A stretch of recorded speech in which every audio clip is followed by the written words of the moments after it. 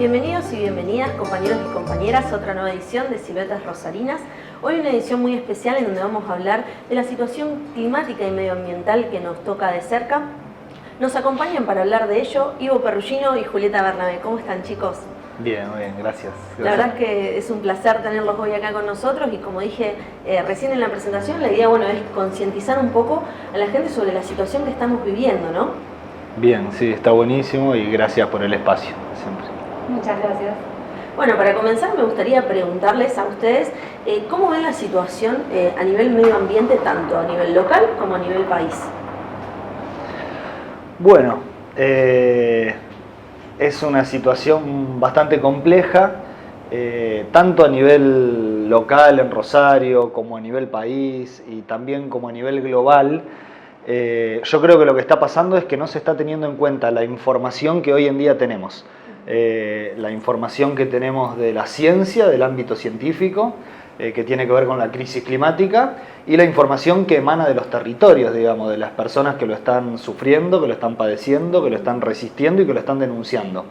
En ese sentido nos encontramos en un momento histórico a nivel global de crisis climática, de crisis ecológica, de colapso ecosistémico, y entonces las decisiones de los gobernantes se tienen que ver todas atravesadas por este contexto de crisis climática. Hoy en día absolutamente todas las decisiones políticas se tendrían que ver atravesadas por esto y no está sucediendo. De hecho está sucediendo todo lo contrario. Digamos, vemos cómo siguen habilitando actividades productivas que degradan los ecosistemas, todo lo que pasó en Corrientes, la caída de la ley de humedales, la exploración que aprobaron offshore, la exploración sísmica en el mar argentino. Son todas cosas que claramente van para el lado que no tenemos que ir. Hay que empezar urgente una transición hacia la agroecología, hacia energías renovables, hacia proteger los ecosistemas, justamente para poder seguir produciendo, digamos.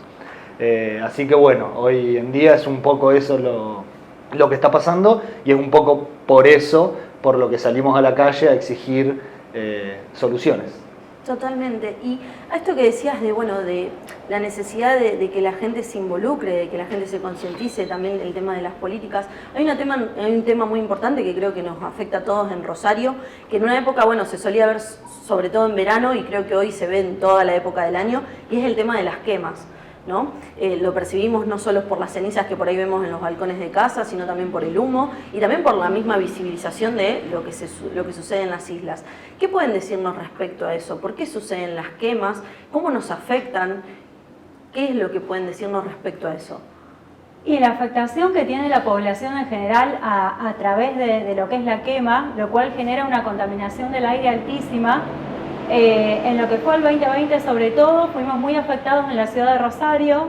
El año pasado, si bien quizás nosotros en nuestra ciudad notamos una disminución en la cantidad de humo que teníamos, en la cantidad de duración de días que duraban estas quemas, en otros lugares más al sur de la provincia se intensificaron. O sea, siempre están más profundizadas en un sector que en el otro, pero siempre están presentes.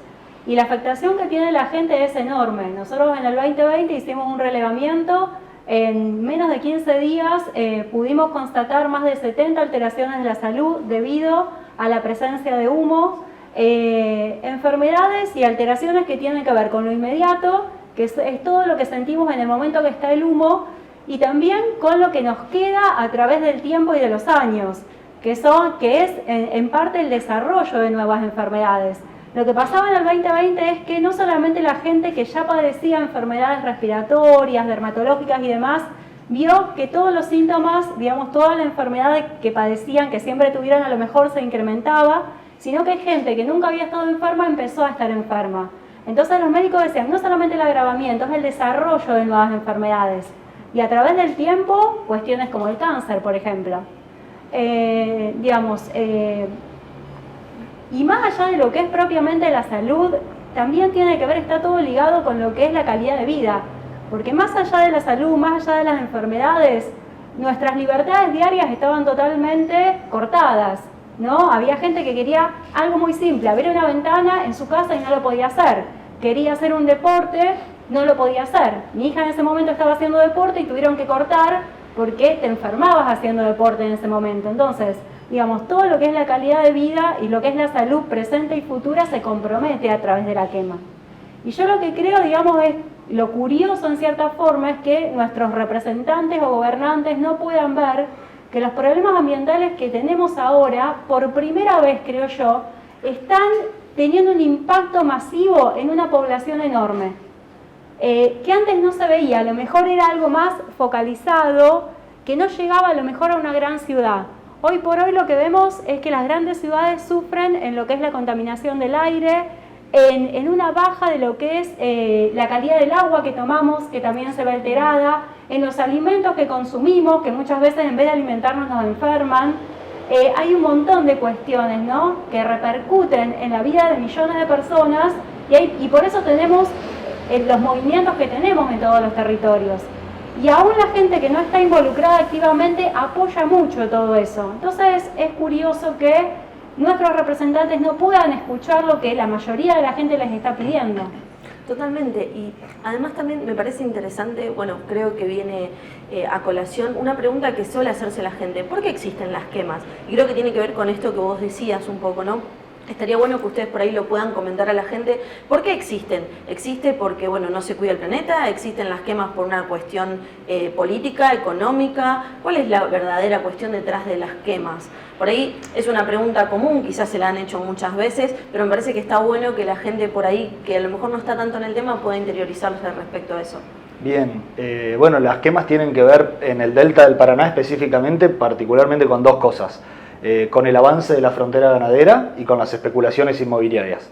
Con respecto a esto que tiene que ver con el ganado, digamos, con la ganadería, con el agronegocio, por resumirlo y explicarlo sencillamente, digamos, en 1996 le terminamos de abrir de par en par las puertas de nuestro país a Monsanto para que introduzca un paquete tecnológico que incluye semillas transgénicas y agrotóxicos para tirarle arriba. Del 96 hasta acá, la Argentina se transformó en un gran sojal gigante que no funciona si no le tiramos veneno arriba, veneno que por supuesto perjudica a la fauna, perjudica a la flora y perjudica al ser humano. Y eso de alguna manera, esa expansión de la frontera agrícola fue desplazando al ganado, digamos, al punto de hoy querer pampeanizar las islas. Entonces se quema porque la flora nativa de la isla o de los humedales no le sirve a las vacas, entonces esperan el rebrote después de la quema del pasto fresco y meten muchísima cantidad de vacas. En los últimos 5 años se quintuplicó el número de carga ganadera en los humedales y eso es completamente incompatible con la idea de proteger estos ecosistemas.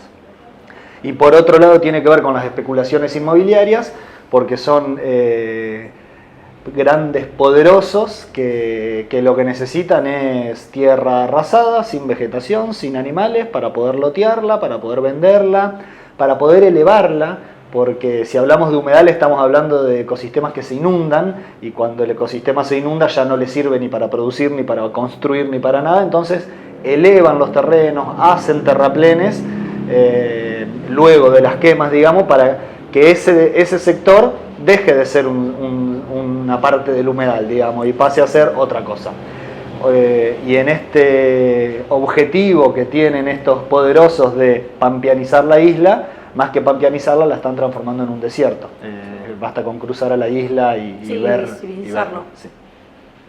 Tiene que ver un poco con eso las quemas. Sí, tiene que ver con eso y, digamos, más allá de lo que es abrir nuevos espacios para actividades productivas inmobiliarias, por ejemplo, lo que pasó en Corrientes tiene también que ver, si bien no se generaron quizás las quemas para abrir nuevos espacios, todo el combate del fuego, cuando se alteran los ambientes, después es mucho más difícil, porque tenemos las grandes forestaciones, que se prende una chispa y arde todo, y eso se sabía y se venía diciendo que eso era un peligro latente. Tenemos la tierra arrasada para la ganadería, que a lo mejor en ese momento el ganadero no es el que la quema, pero todo ese campo que fue afectado, todo ese campo seco después, hace muy difícil detener el avance del fuego. Entonces, por un lado, digamos, se quema para abrir nuevos espacios, y una vez que esas actividades están en esos ambientes, determinadas actividades al menos, hace muy difícil después poder frenar un fuego como fue el de Corrientes.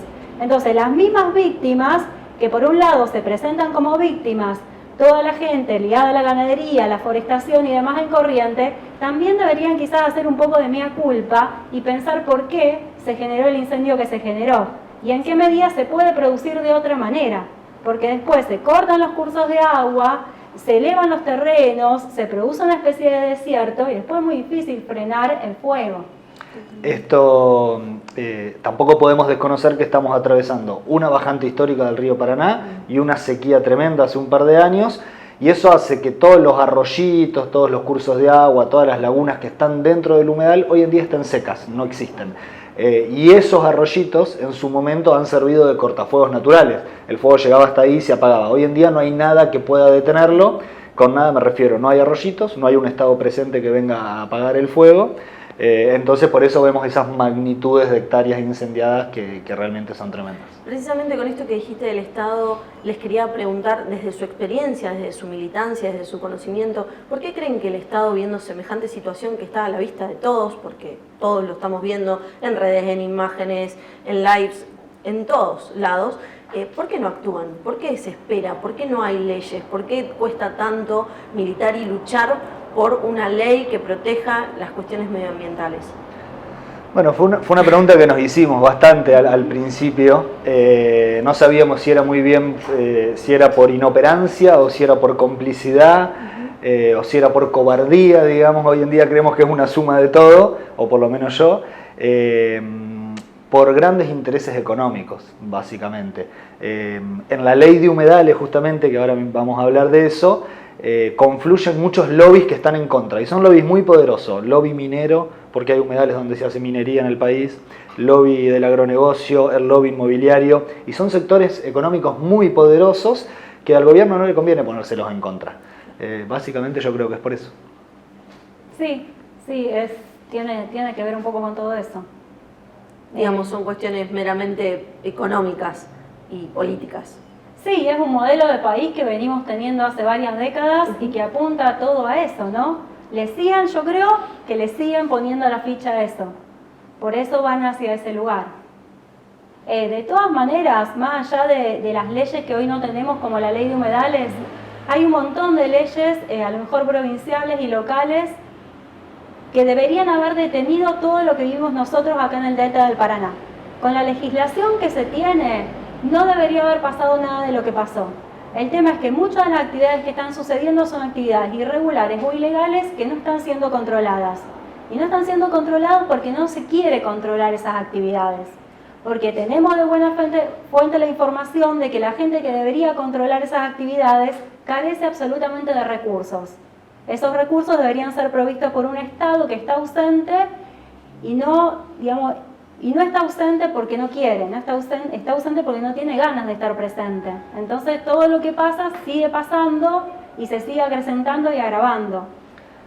Tiene que ver también con esto que decía Juli, de un modelo de país, digamos, justamente esto que decíamos antes, del 96 para acá, del agronegocio y demás. Se está apostando a eso. En su momento se dijo que era justamente para terminar con la desigualdad social, y 20 años después vemos cómo claramente ha profundizado la brecha de la desigualdad este modelo de desarrollo económico que estamos teniendo. Y hoy en día tenemos casi el 50% del país bajo la línea de pobreza, y la justicia ambiental, digamos, la justicia climática, esto por lo que nosotros y tantos otros militamos, tiene que ver con la justicia social. Nunca va a haber una sin la otra, porque de hecho, un dato, en nuestro país los mapas de mayor degradación ambiental coinciden con los mapas de mayor pobreza.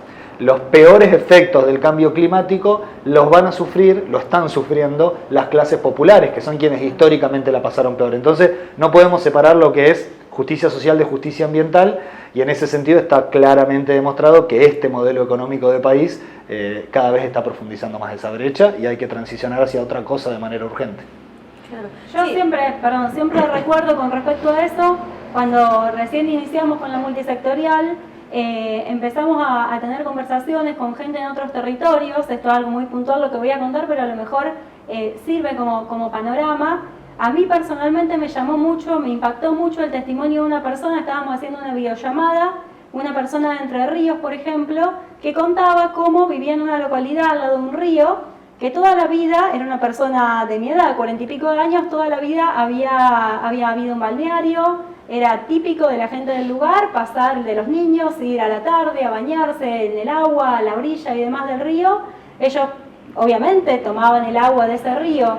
Debido a todo lo que era la contaminación, sobre todo por el tema de los agrotóxicos y algunas industrias que estaban localizadas en esa área, era imposible bañarse, directamente no podían usar el balneario porque meterte en el agua te enfermaba, ya el contacto con la piel te enfermaba y por supuesto era imposible potabilizar el agua.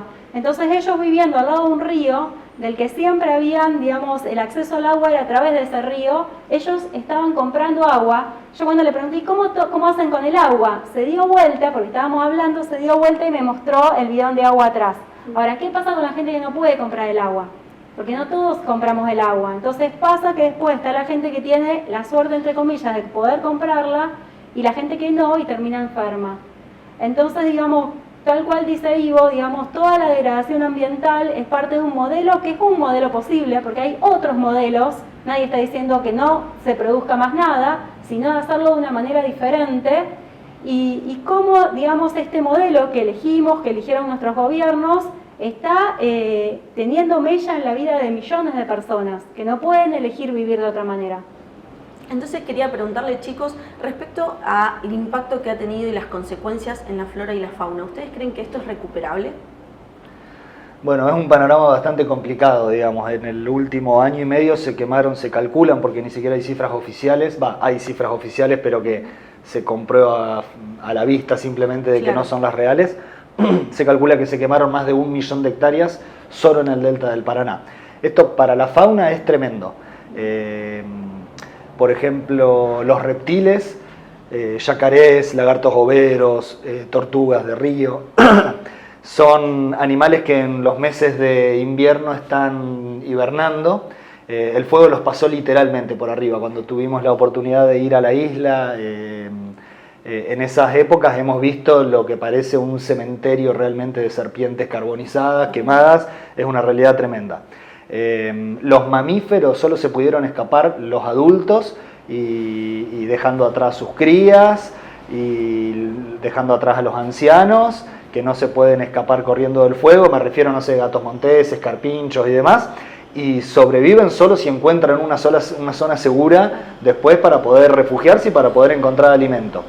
Y las aves, que son tal vez las que más suerte están teniendo dentro de toda esta tragedia, pueden escapar del fuego, se escapan y vienen a la ciudad. Estamos viendo cómo la ciudad de Rosario aparecen cada vez más aves que no estamos acostumbrados a ver, que son nuestros vecinos de enfrente.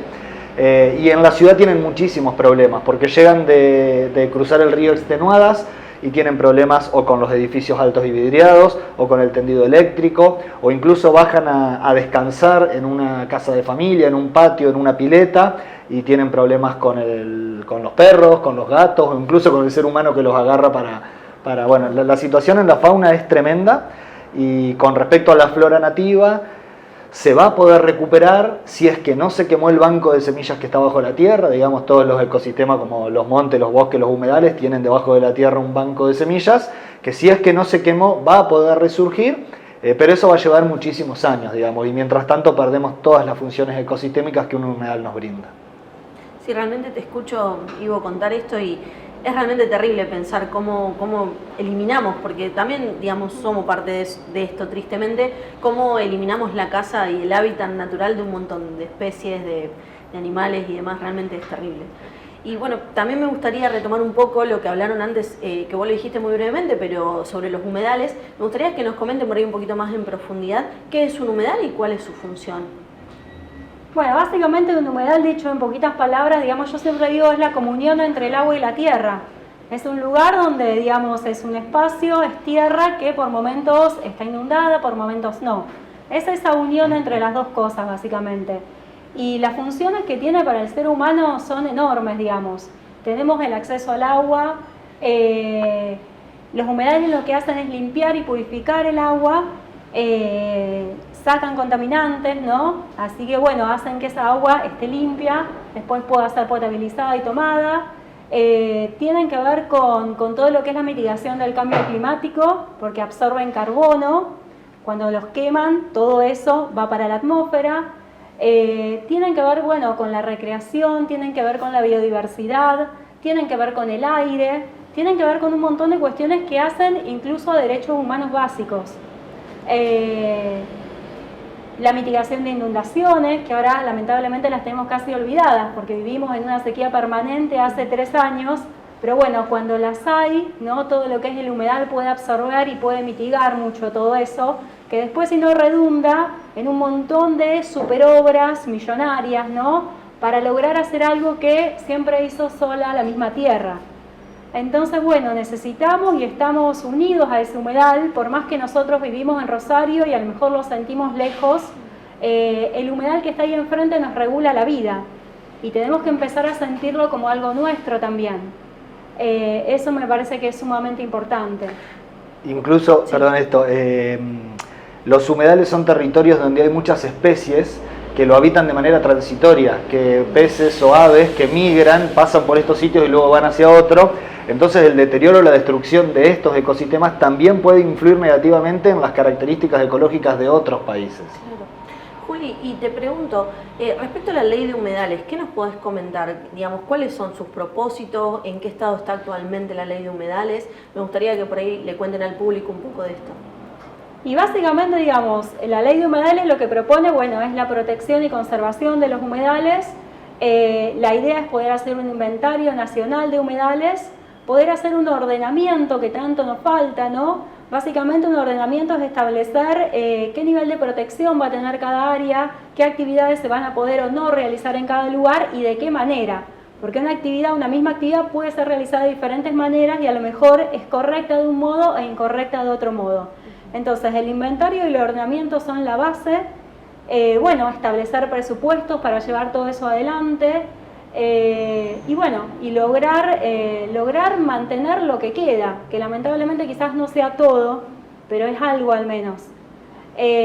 Por otro lado, bueno, la ley, el proyecto de ley unificado, que es el que nosotros apoyamos, tiene en cuenta una moratoria. Tenemos que entender que el inventario y el ordenamiento van a tardar entre 5 y 7 años en ponerse en práctica.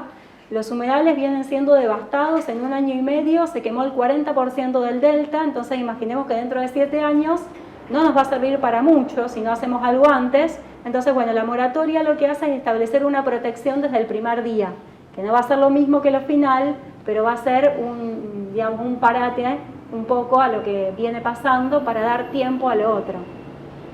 Así que bueno, nosotros consideramos que es básico eso, no solamente que se sancione la ley, que se aplique la ley, porque lamentablemente en este país tenemos un montón de leyes, estamos sepultados ya en leyes y después pasa cualquier cosa.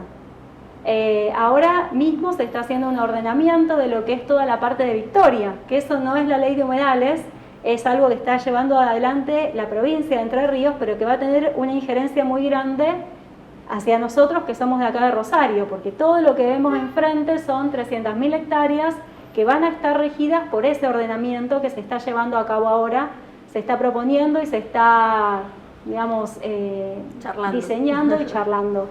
Pero bueno, hablando con gente de allá sobre, bueno, está bueno, no, y demás, eso es lo que nos decían. Después hay que ver en qué momento, en qué medida se aplica todo eso.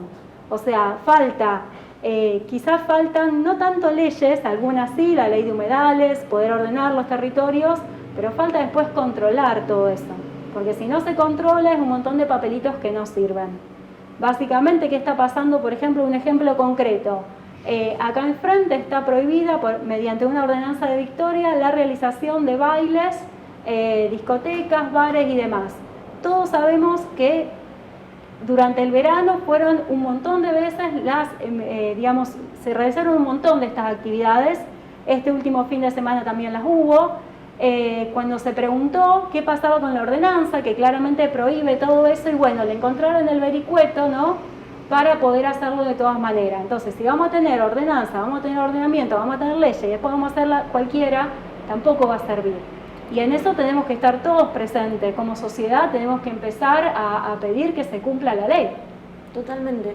Y ustedes, ¿cómo, digamos, la gente que nos escucha y que nos está viendo, ¿cómo pueden activar? ¿Cómo pueden sumarse a esto? Porque me parece muy importante esto que vos decís, Juli, de que es importante que las leyes se cumplan, pero también, tristemente, debido a las condiciones de nuestro país, muchas veces no se cumplen y hay que insistir, protestar, hacerse presente en el lugar. Entonces, bueno, ¿qué herramientas, cómo pueden hacer las personas que nos están viendo para sumarse digamos, a los movimientos de la multisectorial? Nosotros también desde el sindicato tenemos la Secretaría de Medio Ambiente, que también siempre convoca, pero nos gustaría saber, digamos, ustedes cómo pueden invitar a la gente a que forme parte.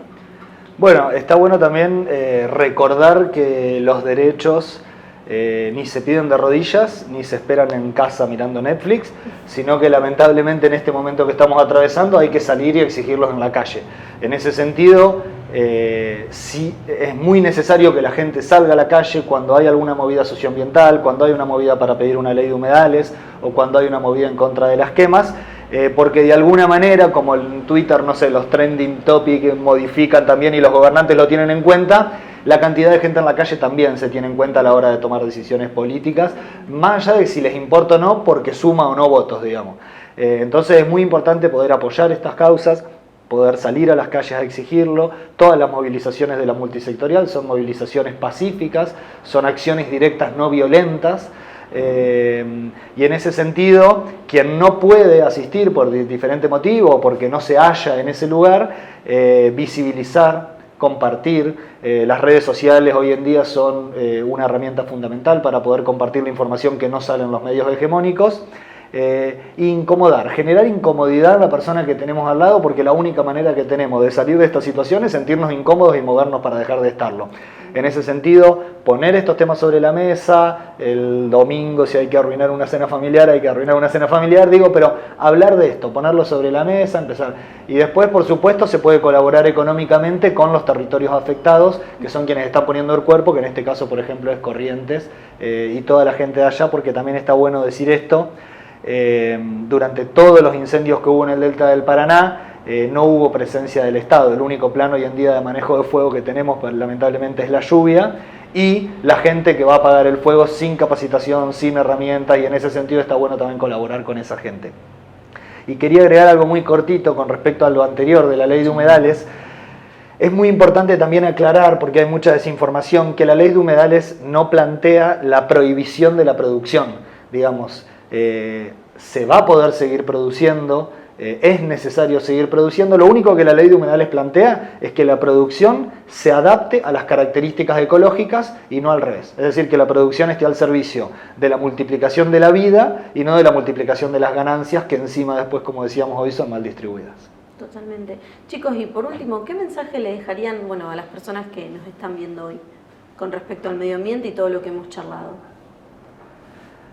Bueno, ayer se presentó por cuarta vez el proyecto de ley de humedales y ese es un mensaje que está bueno dejarle a la gente para que sepa que, por más que hace poco se escuchó que la ley cayó, que la ley perdió estado parlamentario, se presentó ayer, el primer día hábil desde que iniciaron las sesiones ordinarias del 2022, y el proyecto ya está girando y viendo a qué comisiones va a girar.